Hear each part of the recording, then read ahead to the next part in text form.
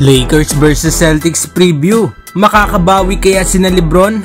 So balik na nga sa win column ang Lakers matapos talunin ng OKC Thunder at may record ngayon na 16 wins and 14 losses. At after nga niyan mga idol ay makakaharap naman ang Lakers ngayong Pasko nga sa USA ang kanilang karibal na Boston Celtics.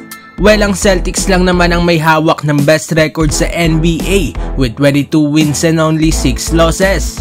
Isa nga ang Boston Celtics sa may pinakamalalim na roster this season. Maglalaban nga ang Lakers at Celtics sa bahay ng Lakers galing nga sa panalo ang Lakers sa OKC, habang ang Celtics naman ay galing nga rin sa panalo sa LA Clippers. So ano nga ba mga idol ang dapat asahan sa game na ito? Una nga ay ang red hot shooting ng Boston sa 3-point line. Pangwalo ang Celtics sa 3-point percentage at number 1 naman sa 3 points field goal made. Isang basehan nga na kapag uminit ang opensa ng Celtics sa labas ay mahirap na nga silang kalaban. Ikalawa naman mga idol ay ang depensa ng LA Lakers. Isa nga ang LA Lakers sa mga koponan na malakas ang nilalaro sa defensive side. Andyan ba naman sina Vando, Cam Reddish at Anthony Davis ay well protected nga talaga ang painted area nila. Magiging malaking parte nga mga depensa nila sa outcome ng game against nga sa malakas na opensa ng Celtics. At bago nga tayo magpatuloy mga idol ay papakilala ko muna sa inyo ang 1xBet, isang legit sports betting site. Kung gusto mo nga ng libangan habang nanonood ng NBA o PBA ay mag-register na gamit ang ating promo code na HoopsPlayTV.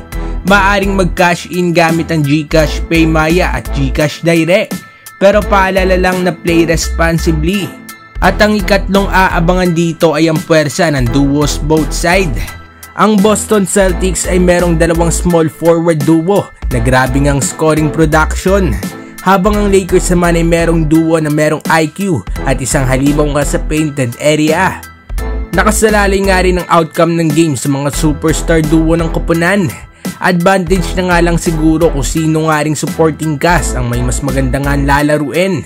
Sa Boston nandyan sina Derek White at Kristaps Porzingis, at sa Lakers naman ay nandyan sina Austin Reeves at Rui Hachimura. At ang ikaapat naman na aabangan ay ang pagbawi ni LeBron at ang Lakers sa Celtics. Naging viral nga last season ang galit na LeBron matapos ang non-call foul sa game-winning drive ni LeBron against nga dito sa Celtics.